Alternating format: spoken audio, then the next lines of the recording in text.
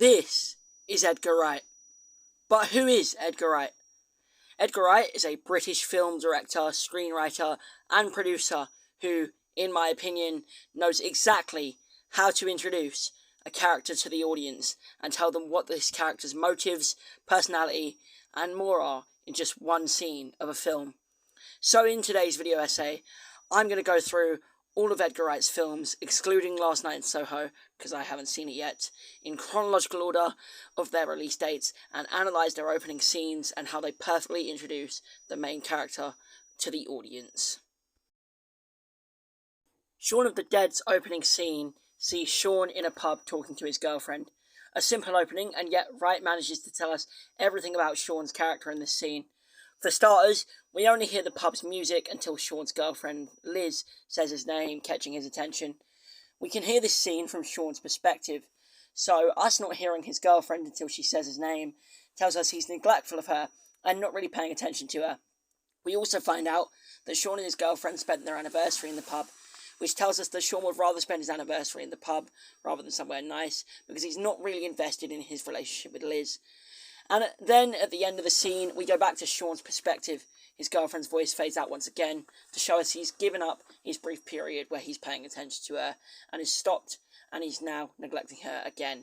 So to summarise, in this 5-minute scene, we managed to learn that Shaun is a guy who's disinterested in his girlfriend and would rather spend every day of his life in a pub, rotting with his mate Ed, if he could, and is more than happy to let his life go past him.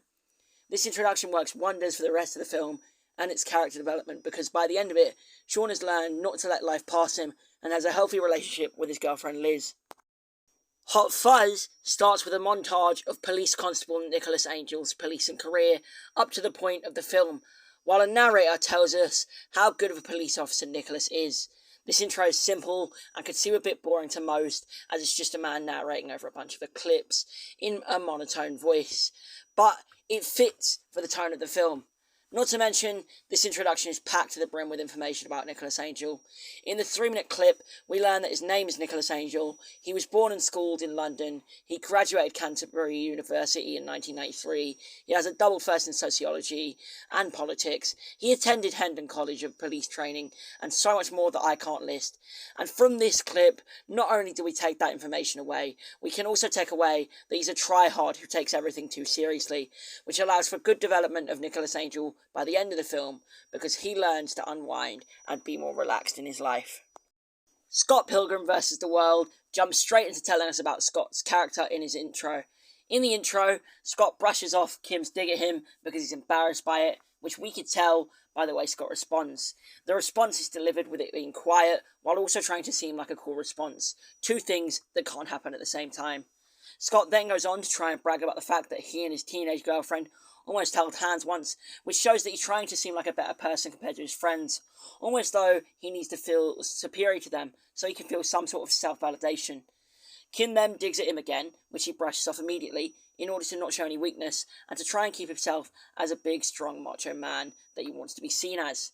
In this intro, Scott comes off as a whiny little man who demands attention and to be seen, because he feels so tiny and worthless in the grand scheme of things, which makes his character arc feel so great when he finally learns that he does mean something in the world, even if it's not much, and he doesn't have to keep up this act of him being some sort of big macho dude, and he's perfectly fine to be perfect, insignificant little Scott. In the intro to The World's End, we see an adult Gary King recount the day of June 22nd, 1990, in which he did a pub crawl with a group of his friends. We see from this intro that Gary is a character who finds comfort from his former glory days as a teenager. This theme continues throughout the rest of the film, as we see Gary try to create that night to a T. This ties into the end of the film, as we see Gary live in the moment and get over his alcoholism and stop moaning and living in the past of the things that he no longer has. In Baby Driver's intro, we see Baby in a car with the crew.